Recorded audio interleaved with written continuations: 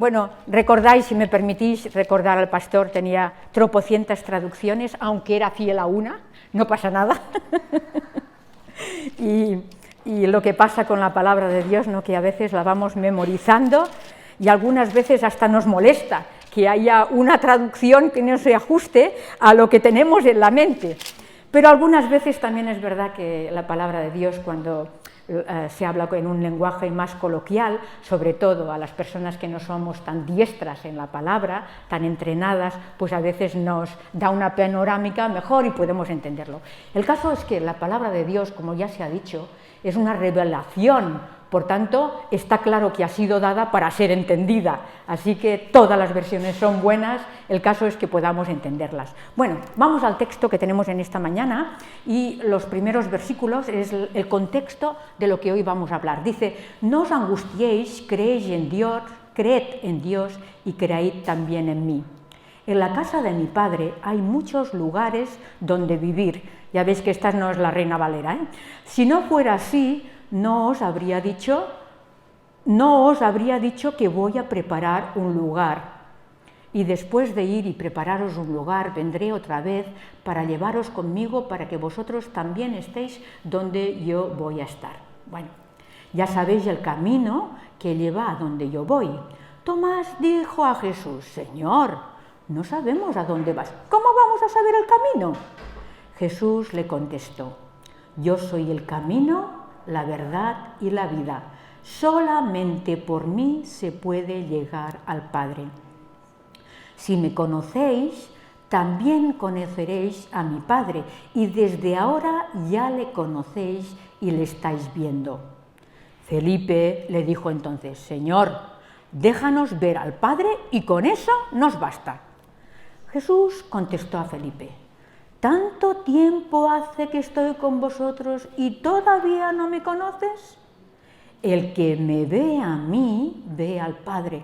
¿Por qué me pides que os deje ver al Padre? ¿No crees que yo estoy en el Padre y el Padre en mí?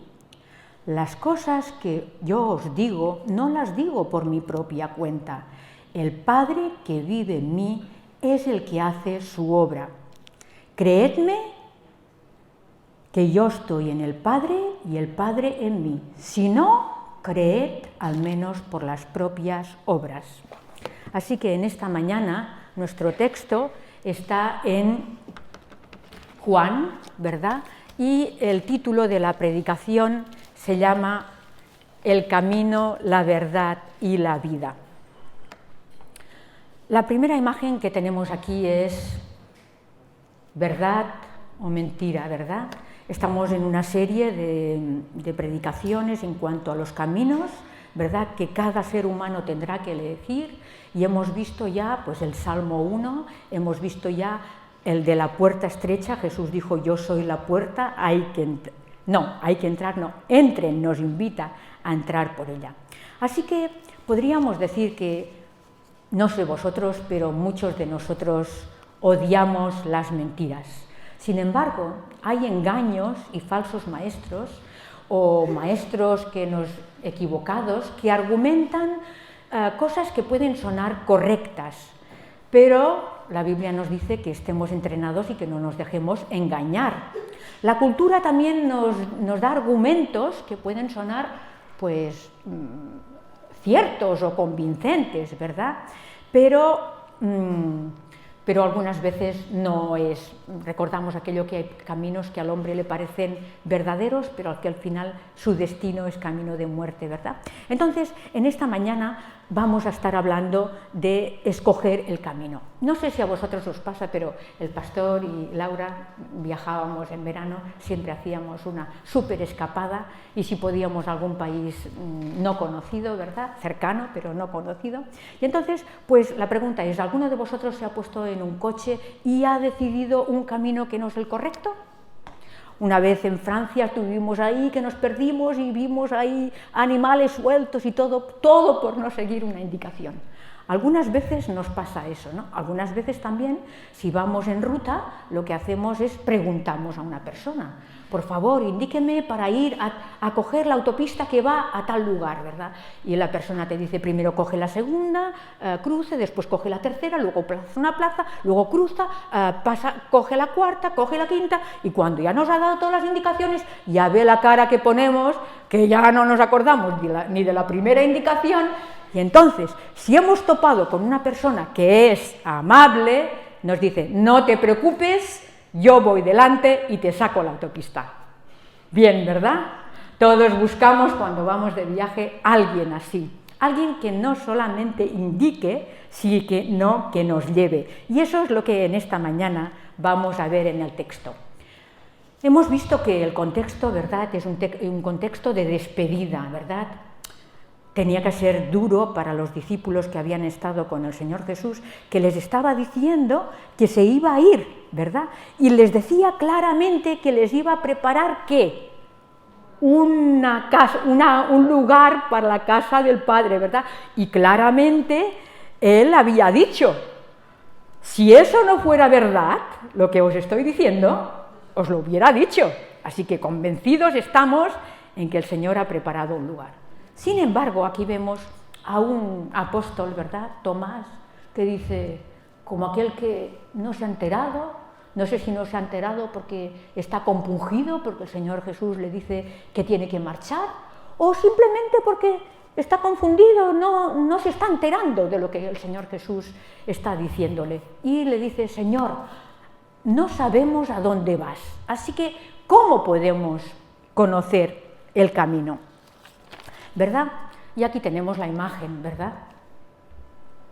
Es como si Tomás le hubiera dicho al Señor Jesús, Señor Jesús, vale, entiendo que nos estás dejando, pero por favor, necesitamos un mapa, necesitamos indicaciones. ¿Cómo vamos a saber el camino? ¿Podemos ver la cara de Tomás? ¿Verdad? Una cara de estar totalmente confundido, ¿verdad? Y en ese contexto, ¿verdad?, es que Jesús dice, yo soy el camino, la verdad y la vida. En la predicación anterior el Señor Jesús dijo, yo soy la puerta. Os invito a entrar por ella porque yo soy la puerta, ¿verdad? El que crea en mí, ¿verdad?, yo le doy vida eterna, yo soy la puerta, yo soy la entrada, yo soy el acceso. Hoy nos está diciendo el Señor Jesús que yo soy el camino. ¿Qué pasa? Que estas declaraciones, como ya dijimos el otro día, chocan con nuestra cultura, ¿verdad? La cultura en la cual vivimos habla de multitudes de caminos, ¿verdad? Habla de multitudes de caminos, se puede acceder a un mismo sitio por muchos caminos. Y en un sentido estamos acostumbrados a que la cultura nos dice, bueno, si tú eres sincero, porque esta es la palabra que sale siempre, si tú eres sincero, si tú lo haces de corazón, entonces tú vas a encontrar el camino. Porque todos los caminos, en un sentido, la gente, dice la cultura, que todos los caminos van a Dios. Pero, como dijimos claramente el domingo pasado, nosotros no somos inclusivos o no podemos serlo, aunque es verdad que la Iglesia hoy está comprando un poquito esta idea de inclusividad en que todos podemos acceder a Dios. Sin embargo, el Señor Jesús dice claramente, tenemos ahí, ¿verdad?, Él es el camino, ¿verdad? Él es el único camino a Dios. Por tanto, la cultura nos dice muchos caminos, el Señor Jesús dice, yo soy el camino, ¿verdad? Por tanto, yo soy el camino. ¿Dónde vemos la exclusividad? Cuando el Señor Jesús dice, nadie llega al Padre sino por mí, ¿verdad? Entonces, aquí en el nadie llega al Padre sino por mí, ¿da muchas opciones? No. Tenemos claro eso, ¿verdad? El Señor Jesús dice que Él es el camino y que solamente el que entra por Él, ¿verdad?, entonces este es el que va a llegar a buen destino. Por tanto, podríamos decir que la cultura dice todo esto, ¿verdad? Pero entonces, Jesús es el camino, por tanto Jesús es la ruta que uno debe seguir para llegar al Padre. Ay, bueno. ¿Qué pasaba? Los judíos. Los judíos también estuvieron todo tiempo hablando de caminos, ¿verdad? En un sentido ellos hablaban de caminos por el que había que andar. En un sentido, si recordamos un poquito algunos textos, por ejemplo, los textos de Moisés en Deuteronomio, nos dice, no te apartes ni derecha ni izquierda. El texto que podríamos encontrar en Isaías podría decir, tus oídos oirán a tus espaldas que este es el camino por el que debes andar. O el Salmo que Gerard nos ha y que hemos cantado, Salmo 27:11, que dice, Señor, enséñame tus caminos, ¿verdad? Entonces, podríamos decir que todos ellos hablan de un camino a seguir, sin embargo, el Señor Jesús habla no de un camino a seguir para llegar a, sino Él habla que Él, la persona del Señor Jesús, es el camino. Por tanto, en un sentido, podríamos decir que Jesús no se limita a darnos indicaciones del camino, sino que Él es aquel, sea lo que sea, motorista, ¿verdad?, que va delante de nosotros, que dice, yo te saco porque yo voy contigo y nos lleva a la ruta deseada, ¿verdad? También dice, yo soy la verdad, ¿verdad? Y podríamos decir que muchos han dicho que son la verdad, pero es decir, nadie ha encarnado la verdad, ¿verdad? Solamente Jesús es el que encarna la verdad, porque Él es la verdad. Y ahí podríamos tener el Salmo 86:11, que dice, oh Señor, enséñame tu camino para que yo lo siga fielmente, haz que mi corazón honre tu nombre. El Salmo 119:30 diría, he escogido el camino de la verdad y anhelo tus decretos. Por tanto, nosotros seguimos el camino, la palabra nos llevará al camino que es el Señor Jesús. Muy bien, también el Señor Jesús dijo, por tanto, las declaraciones, si sabemos en esta confusión que algunas veces tenemos de la cultura, ¿dónde tenemos que ir? A la fuente, ¿verdad? Tenemos que ir a la fuente y ir a lo que el Señor Jesús dijo que era. Por tanto, Él dijo que era el camino, la verdad y la vida. Vamos a leer solamente un texto de la vida, Proverbios 10:17, dice, el que atiende la corrección va camino de la vida, el que la desatiende va camino a la perdición. Por tanto, aquí tenemos muchos textos en el cual el Señor Jesús ha dicho que Él es el camino. Por tanto, Él es el camino, Él es la verdad y Él es la vida. Él es la vida y la vida en Jesús es una vida auténtica. Por tanto, resumiendo esta parte, podríamos decir que Jesús dijo, no se puede llegar al Padre nada más que pasando por mí, ¿verdad? Es Él, Jesús es el único camino que conduce al Padre y solamente en Jesús podremos ver cómo es Dios y Él es el único que puede conducirnos sin temor ni vergüenza a la presencia del Señor. Después de haber dicho todas estas cosas, parece que hay otro discípulo que tampoco se entera. Tenemos el texto, ¿verdad? Y dice, uy, no tengo el texto ahí, yo soy el camino, ¿verdad? Si ustedes realmente me hubieran conocido, vaya, hay un texto que dice, entonces Felipe dijo, Señor, si ustedes realmente me conocieran, conocerían a mi Padre y ya desde este momento lo conocen y lo han visto. Entonces es como si Jesús le dirá a Felipe, y está diciendo a Tomás, que aún no han entendido quién es Jesús, ¿verdad? En un sentido, no han conocido quién es Jesús, ¿verdad? En un sentido, es como si hubieran dicho, porque el texto dice que si realmente me conocerían, habrían conocido también al Padre. Y desde el momento que me están viendo a mí, Jesús, entonces pueden decir y afirmar que están viendo al Padre. ¿Me he explicado? Cualquier persona que ha visto a Jesús, ha visto al Padre, ¿verdad? Esta es la enseñanza del Señor Jesús. Y aquí vemos otra vez el Felipe, ¿verdad? Y Felipe dice, así por las buenas, muéstranos al Padre, con eso nos basta. Podemos imaginarnos por un momento, después de todo lo que el Señor Jesús ha dicho, la cara de Jesús, la paciencia que Jesús debía tener con sus discípulos, porque parece que no se enteran de la copla, ¿verdad? Que parece que escuchan una cosa pero luego interpretan otras. En un sentido, le está pidiendo que nos muestre al Padre y que con eso basta. Vamos a ver, es como si Jesús le dijera a Felipe, a ver, Felipe, tú has caminado conmigo 3 años y medio, ¿verdad? Has visto que he resucitado, ¿verdad? Muertos. Has visto que he dado vista a los ciegos. Has visto que los sordos han oído, ¿verdad? Has visto que he caminado por las aguas. Sorprendentemente viste que di de comer a 5.000 personas solamente con 5 panes y 5 peces. Y a pesar de todo esto, aún me estás preguntando y no estás satisfecho, ¿verdad? Esto es un rasgo muy típico de la cultura de hoy y también del pueblo de hoy, del pueblo de Dios. Algunas veces no estamos satisfechos. Por eso, en un sentido, Felipe les dice, Señor, muéstranos el Padre.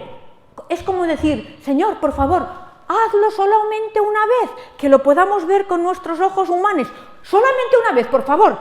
Ya nos basta. ¿Sí? ¿Cuántas veces somos personas propensos a orar al Señor? Señor, contéstame esta oración, o como hemos cantado, Señor, hazlo otra vez, hazlo solamente esta vez y no te voy a pedir nada más, pero quiero esto, ¿verdad? Estamos, en un sentido, siempre pidiéndole a Dios. Vamos a ver que con esta declaración que Felipe hace, vamos a ver que Felipe manifiesta 3 cosas.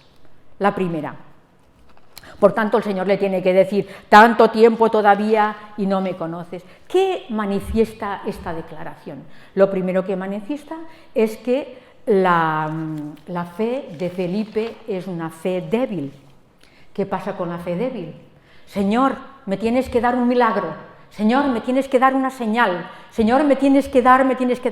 ¿Quién hace eso?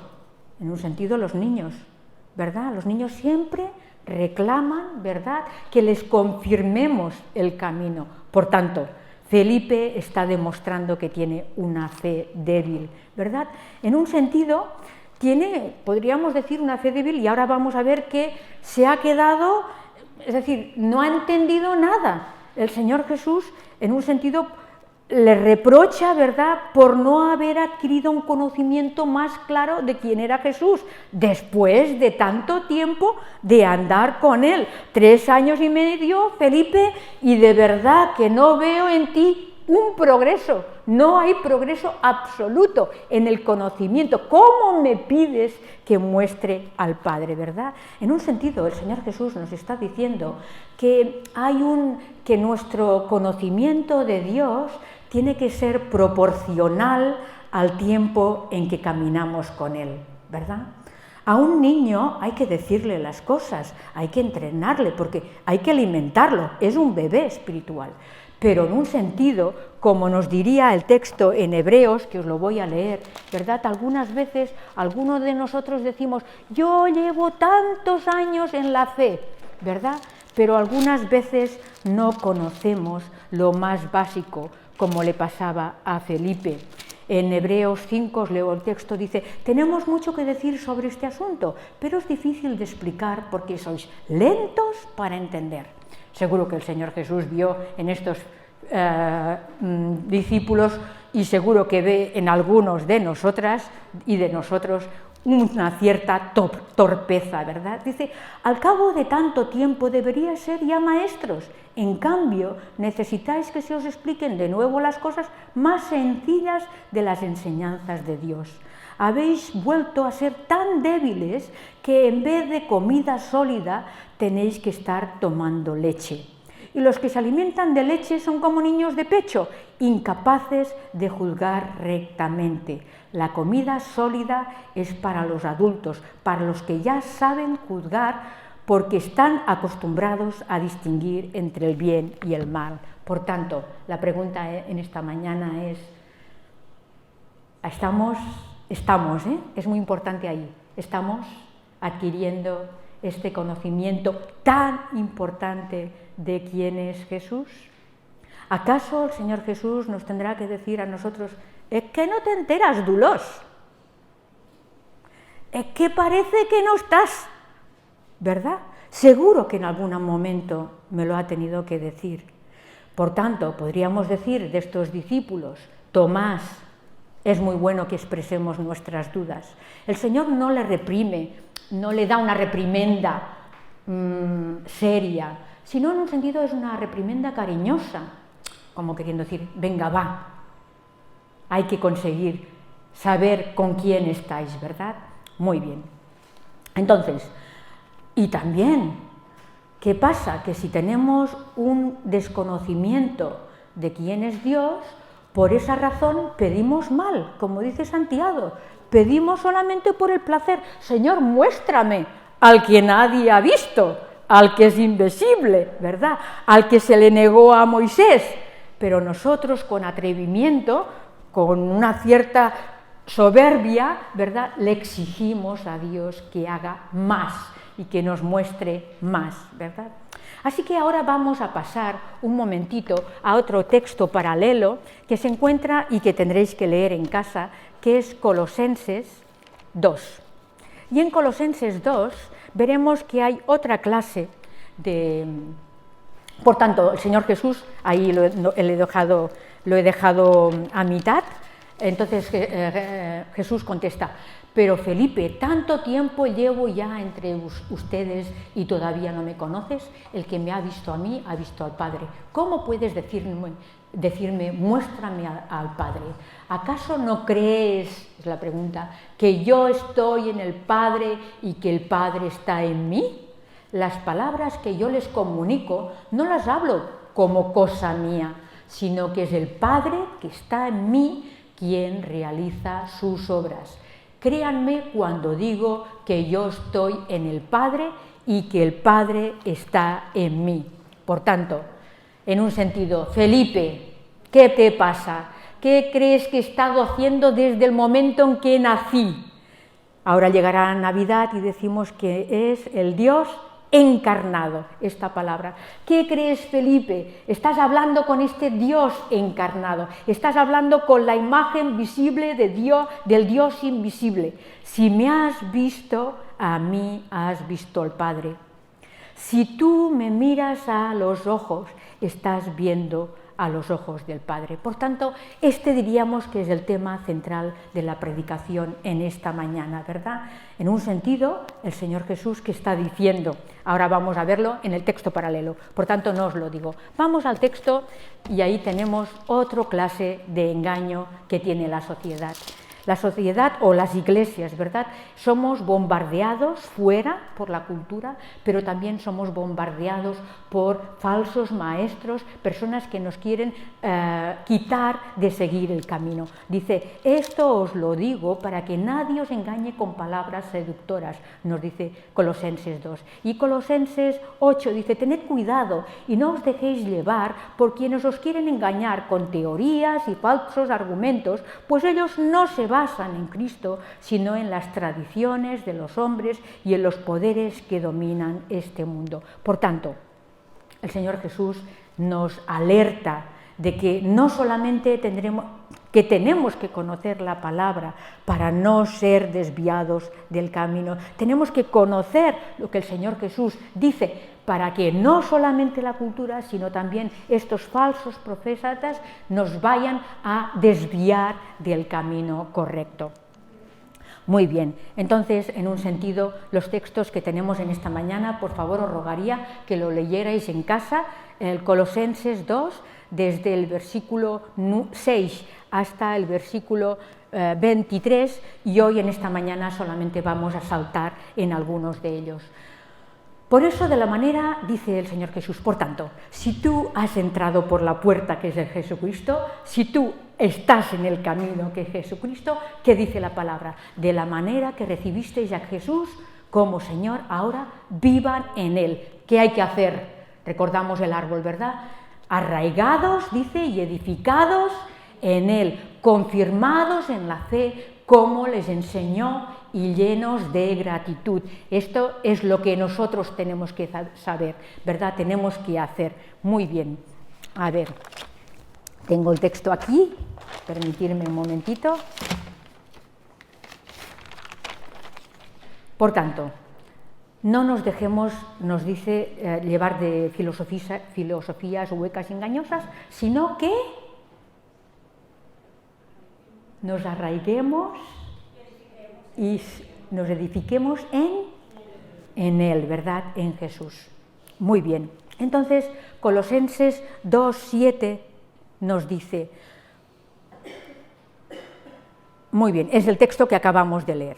Texto, y ahí tenemos el árbol, ¿verdad? Algunas veces, por ejemplo, en mi casa ahora se ha talado un árbol porque se había muerto y estábamos pensando en poner un arbolito. Generalmente, para que un arbolito crezca bien, le ponemos un soporte, ¿verdad? Un palito. Algunas veces pensamos que nosotros somos el árbol y el Señor Jesús es el palo. Cuando empezamos a crecer un poquito, quitaríamos el palo, pero eso no es así, porque el Señor Jesús también dice que yo soy la vid verdadera, ¿verdad? Y nosotros somos, ¿qué? Los pámpanos, ¿verdad? Es decir, por tanto, Él es la raíz, Él es el árbol, como dijimos en el Salmo 1, ¿verdad? ¿Y qué tenemos que hacer? Pues alimentarlo, ¿verdad?, de la palabra de Dios. Ya vimos el ejemplo del pastor Salvori, que estaba arraigado en la palabra de Dios, ¿verdad? Y por eso, cuando hay situaciones difíciles, ¿verdad?, podemos estar firmes. ¿Por qué? Porque estamos nutridos por los nutrientes que tiene el árbol, la savia, ¿verdad?, que nos mantienen bien. Muy bien, todo eso ya lo dijimos, muy bien. Vamos a ver también el texto, por tanto, ahí vemos que la ruta es el Señor Jesús. ¿Qué más? Y el texto que hoy nos va, que es la importante, que dice, porque toda la plenitud de la divinidad habita en forma corporal en Cristo. Y entonces nos dirá, y vosotros estáis completos en Él. ¿Qué nos está diciendo este versículo otra vez? Lo que Felipe no entendía, lo que tampoco entendían los fariseos, que le pusieron tantas zancadas o tantos obstáculos al Señor Jesús, ¿verdad? Porque ellos seguían a Dios, pero rechazaban al Señor Jesús. En un sentido, el Señor Jesús hace una declaración increíble y les dice que en Jesús, ¿verdad?, en Él habita corporalmente toda la plenitud de Dios. Por tanto, la plenitud de Dios está en una persona, en un cuerpo, y este es Jesús, ¿verdad? Por tanto, Jesús es la plenitud, ¿verdad? Y no es que en Jesús haya un poquito de Dios, sino en Jesús era 100% Dios y 100% hombre, ¿cierto? Muy bien. Por tanto, y nos dice que si nosotros estamos en Jesús, estaremos ¿cómo? Completos. La pregunta en esta mañana es, ¿queremos estar completos en Él? Hay una canción que se cantaba antes, muy bien. Bueno, entonces, como os he dicho, si nosotros estamos en Dios y estamos en Jesús, estamos arraigados, por tanto vamos creciendo y alimentándonos, ¿qué va a pasar? Que entonces los falsos profetas que nos querrán desviar y nos quieren desviar del camino y quieren que nos enfoquemos en las reglas, ¿verdad? Son aquellas personas que te dicen, tienes que hacer todas estas cosas, estas reglas para ir al cielo, pero esto no es lo que dice el Evangelio, ¿verdad? Ciertamente, dice, ahí nos habla de la incircuncisión, Gálatas podríamos ver que el apóstol Pablo también habla allí, pero dice lo importante, dice, sin embargo Dios, dice, antes de recibir esta circuncisión, ustedes también estaban muertos en sus transgresiones. Sin embargo, Dios nos dio vida en unión con Cristo al perdonarnos nuestros pecados. Capítulo 13. ¿Tenemos la Biblia adelante? ¿Sí? ¿Podemos seguir? ¿Podemos ver el texto un poquito por encima? Por tanto, ¿qué es lo primero que el Señor Jesús hace? ¿Qué es en unión con Cristo, qué es lo que el Señor Jesús hace? Lo tenemos en el texto. Nos perdona los pecados. Muy bien, en el 14 dice, Dios, seguimos en el 14, vemos, dice, Dios canceló la deuda de todos nuestros pecados. La deuda que había en contra de nuestra y nos obligaba con sus requisitos legales, le puso fin clavándola en la cruz, ¿cierto? ¿Lo tenemos el texto? Y por medio de Cristo Dios venció a los seres espirituales que tienen poder y autoridad y los humilló públicamente, llevándolos prisioneros en un desfile victorioso. Por tanto, ¿qué nos dice el texto en esta mañana? Nos dice, y Gerard, cuando ha hablado de los sacrificios, en un sentido, los sacrificios que hacían en el Antiguo Testamento, era una sombra del sacrificio que es el Cordero de Dios, que es Jesús, que ha sido el que nos quita, ¿verdad? El Cordero de Dios que quita el pecado del mundo, es una sombra de una realidad que había de venir. También aquí en este texto nos dice, ¿verdad? Por tanto, las reglas, que nadie os critique por lo que comes, por lo que bebes, por cuestiones tales como días de fiesta, lunas viejas, los sábados, porque todo eso, nos dice el texto, es sombra de las cosas que están por venir. Pero ¿cuál es la realidad? Cristo vive en nosotros. Por tanto, aquí hay una llamada, ¿verdad? Siempre habrá personas que querrán que nos enfoquemos en las reglas, ¿verdad? Y en un sentido, Jesús dice que es la verdad y las reglas y la tradición, por tanto, son ¿qué? Sombras, ¿verdad? Puede que las sombras tengan una cierta utilidad porque en un sentido nos hacen ver lo que tiene que venir, pero en un sentido, ¿verdad? Los falsos profetas, las personas que nos quieren alejar del camino, ¿qué es lo que dicen? Las palabras estas, tú tienes que venir a la iglesia, tú tienes que venir a adorar al Señor, tú tienes, ¿verdad? En un sentido, cuando hablamos de tú tienes, tú debes, estamos hablando de un camino de culpas, ¿verdad? Y ahí siguen, ¿verdad? Ellos no paran, versículo 21, de ellos dicen, no toques eso, no comas aquello, no lo tomes en tus manos. Versículo 22, todas estas reglas tienen que ver con cosas que se desgastan con el uso, que solo son mandatos y enseñanzas de hombres. En verdad, que puede parecer, dice el texto, ¿verdad? Pueden parecer sabias, porque exigen cierta religiosidad, humildad y un duro trato del cuerpo, pero, ¿qué dice? De nada sirven para combatir los deseos de la carne. Por tanto, tú no le puedes decir a tu hijo, deja de hacer eso, deja de hacer lo otro, porque en un sentido, deja de hacer esto, deja de hacer lo otro, porque conseguirás una cosa. Eso no dice el Evangelio. Nosotros no hablamos así. Nosotros somos seguidores de Cristo y a nuestros hijos, a nuestros adolescentes, a toda persona que esté desviado, le indicamos que vaya ¿a quién? Al que dice que es el camino, al que es la puerta, ¿verdad? Por tanto, en un sentido, podríamos decir que esto es un viaje de culpas, podríamos decir que todas estas son apariencias, ¿verdad? Pero en realidad, para huir del pecado, esto no nos va a funcionar, es lo que la palabra dice. Por tanto, no puedes hacer de ti una persona que solamente sigue a reglas. En un sentido, la vida no es una caja de no hagas. ¿Cuántos de nosotros hemos educado a nuestros hijos con el no hagas eso?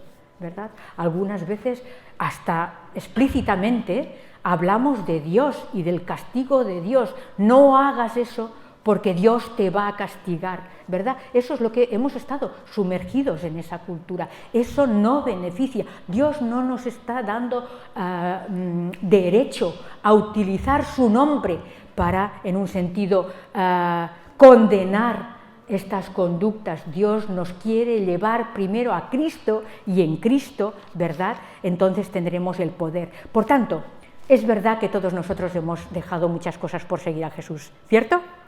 ¿Verdad? Muchas cosas que hacíamos antes no las hacemos ahora. Pero ¿por qué no las hacemos? Esta es la cuestión importante. ¿No las hacemos porque nosotros seguimos reglas? Sería la pregunta. ¿O no las hacemos porque en nosotros se ha producido un milagro, un cambio de naturaleza? Y por esta razón, porque el texto de si alguno está en Cristo, nueva criatura es, las cosas viejas han pasado, ahora todas son hechas nuevas. ¿Por qué no lo hacemos?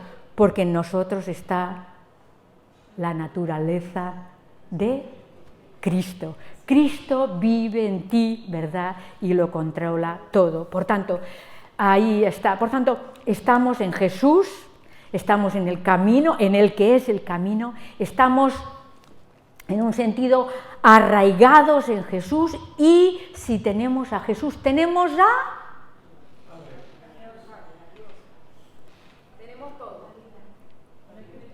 El Espíritu Santo, no sé quién lo ha dicho, pero ahí está la cuestión.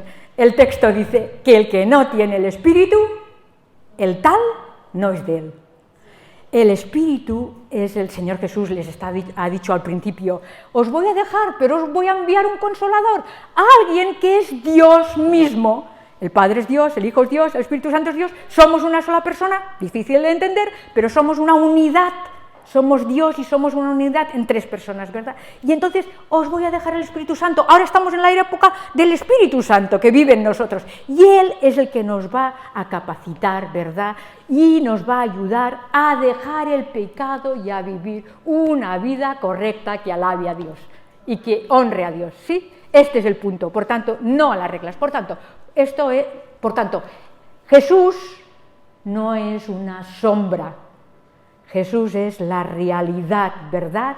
Jesús es la realidad, es la sustancia. Estamos en el que es la sustancia, en Dios mismo. Nuestra vida está arraigada en el que dice yo soy el camino, yo soy el que ha visto, me ha visto a mí, ha visto al Padre, ha visto a Dios. Muy bien, entonces, ya terminando.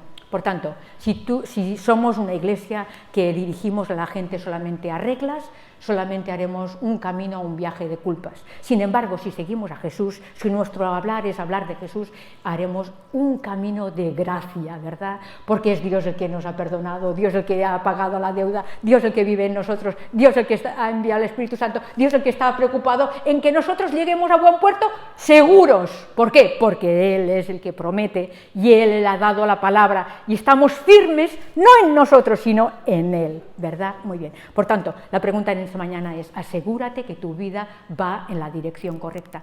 La pregunta sería, ¿cuáles son los peligros y engaños que pueden distraerte de seguir a Jesús? Si solamente miras, las señales, los prodigios, todo eso son fuegos artificiales. Satanás también los puede hacer, ¿verdad? Por tanto, tenemos que ver dónde tenemos el problema y en qué es diferente seguir a Jesús de seguir las reglas. Por último, tu pregunta en esta mañana es, ¿tu experiencia de seguir a Jesús ha sido un viaje de culpas o un viaje de gracia? Espero que seamos una iglesia, que la gracia siempre vaya por delante. Porque estamos en Jesús que dijo que Él era el camino, la verdad y la vida.